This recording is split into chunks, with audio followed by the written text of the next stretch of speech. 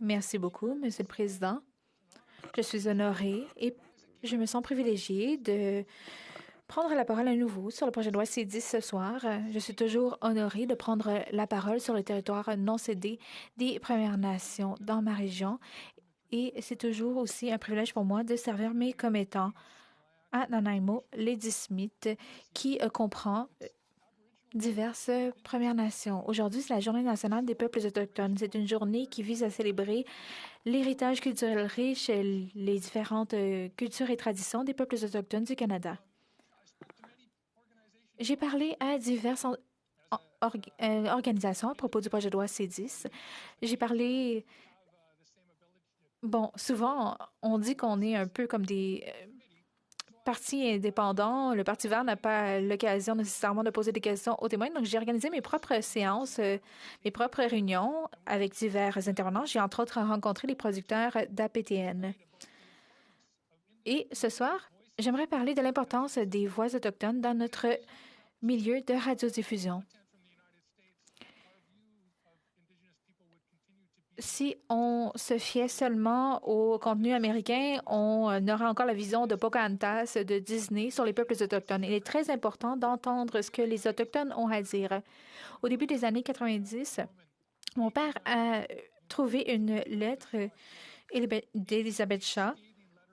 Elle a écrit une longue lettre sur le système des pensionnats autochtones. Elle a parlé des sévices qui s'y produisaient. Et cela a mené à un documentaire. Certaines personnes autochtones se sont impliquées dans le processus et par la suite, j'ai reçu des questions à ce sujet. D'autres autochtones voulaient faire des films. Et moi, ce que je leur ai dit, ce n'est pas à moi de faire des films en votre nom, c'est à vous de faire vos films. J'ai parlé à bien des jeunes autochtones, des gens de divers âges qui sont intéressés par les médias, par la production. Et nous avons cherché à les aider à avoir du mentorat pour qu'ils puissent raconter leurs histoires. Je me souviens de Don Claxon, un jeune. J'ai travaillé avec sa sœur aussi, qui est une artiste. J'ai j'ai fait de la musique aussi avec sa sœur et eux, ils avaient une idée pour un spectacle. C'était à la fin des années 90 et le réseau APTN a été créé. Nous avons créé un projet pilote pour le premier spectacle ou plutôt la première émission sur APTN. Nous avons travaillé en matière de formation pour créer 64 épisodes. L'idée derrière CanCon, c'est d'entendre ces voix autochtones qui sont fort importantes. Nous devons veiller à ce que ces producteurs indépendants qui créent du contenu canadien aient accès aux fonds des médias canadiens. Ils contribuent au contenu. Il y a beaucoup de contenu qui se retrouve sur les plateformes comme Netflix et compagnie. J'ai beaucoup parlé de liberté d'expression, j'ai parlé des YouTubers. Certains disaient que les YouTubers allaient être ciblés, qu'ils allaient être confrontés à ceux qui se concentraient sur la liberté d'expression. J'ai entendu ça ad nauseam lors des séances de comité.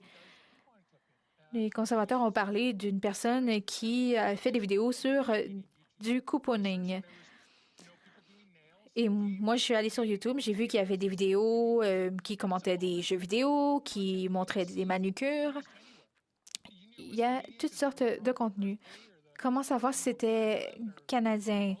Est-ce que c'est parce qu'ils finissaient leur phrase avec a ou parce qu'ils disaient about a boot? Comme l'idée de CanCon. Bon, le produit ou le contenu commercial, ça permet d'avoir des revenus. Et c'est ça l'idée des publicités, du contenu commercial. Le but, c'est de vendre des produits. Mais ce qui est important, ce sont les voix des peuples autochtones, des Canadiens du Nord, les musiciens émergents.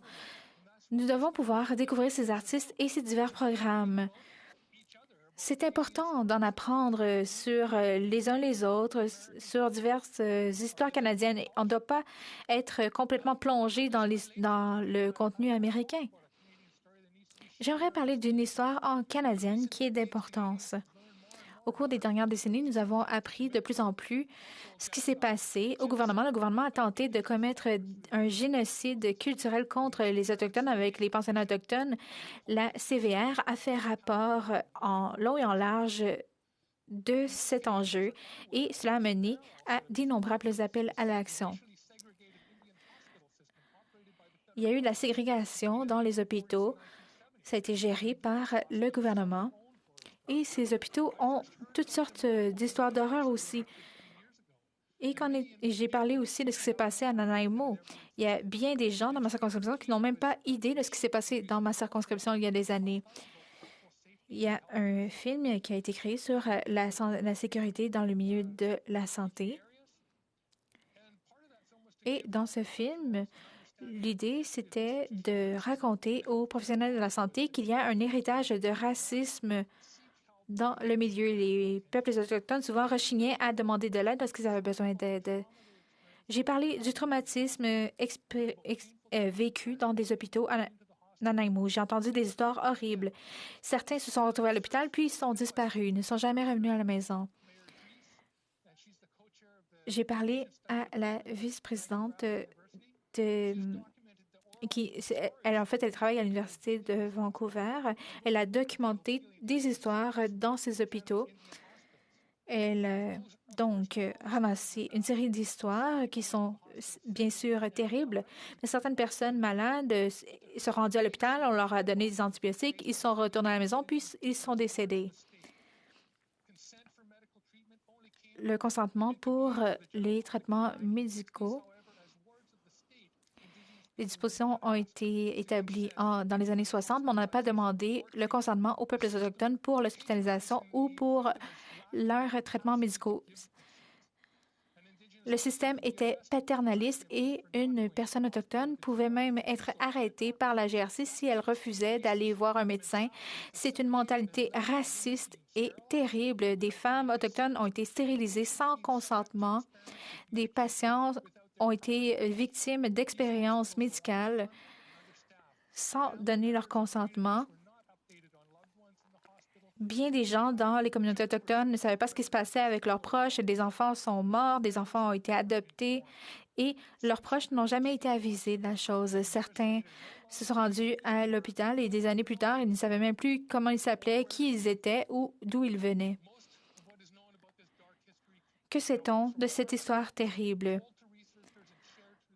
Ce qu'on sait, c'est grâce, entre autres, aux travaux de la CVR, mais il y a bien des choses qui ne sont pas accessibles et on n'a pas nécessairement obtenu la permission ou l'autorisation d'avoir accès à toute l'information. Il est important de protéger les renseignements personnels, oui, mais nous avons besoin de renseignements personnels. En fait, on n'a pas besoin d'exposer ces renseignements personnels pour aller au fond de l'histoire, pour entendre ces sévices et ces traumatismes passés. La vérité, se trouve dans les dossiers médicaux qui sont sous-scellés. Nous avons besoin d'accès à ces dossiers pour qu'il y ait une analyse indépendante et une enquête indépendante. Et j'ai hâte de voir un producteur autochtone qui créera un documentaire à cet égard. Et j'ai hâte que les députés pourront voir cela en le trouvant sur YouTube, parce que c'est le genre d'histoire qu'on a besoin d'entendre, c'est le genre de vérité qu'on doit entendre. Nous avons besoin d'entendre parler de l'héritage culturel riche des peuples autochtones. Maintenant, parlons de censure. Certains se préoccupent, dis-je, de la censure. Le 5 mai, le jour commémorant la disparition et l'assassinat des filles et des femmes autochtones, bien des gens étaient en deuil. On parle de milliers de femmes disparues ou assassinées. Dans ma circonscription, il y en a eu. Que s'est-il passé? Qu'est-ce qui s'est passé avec les publications à ce sujet? Ils ont été retirés par Instagram. On peut penser à d'autres enjeux, le conflit israélo-palestinien, Black Lives Matter. Un conservateur a dit que certains de leurs posts ont été enlevée, mais on ne parlait pas de publication conservatrice. La liberté d'expression m'est très chère. Nous devons la préserver. Je crois que on va la préserver avec ce projet de loi. Si je ne m'abuse, le temps est écoulé, mais je serais heureux de répondre aux questions de mes collègues. Merci. Questions et commentaires? La députée de Cumberland, Colchester. Merci beaucoup, Monsieur le Président. J'aimerais remercier mon collègue de son discours. Les arts sont très importants au Canada. Les arts autochtones de diverses cultures sont très importants. Qu'appuie mon collègue dans ce projet de loi et pourquoi ce projet de loi devrait-il être adopté? Le député de Nanaimo, Lady Smith. Je suis un fervent défenseur des arts et j'ai travaillé dans cette industrie pendant longtemps, d'ailleurs. J'ai été musicien professionnel, mais j'ai aussi fait de la gestion dans le milieu des arts. Donc, je sais comment il fonctionne, je sais comment ça fonctionne, la production de la musique.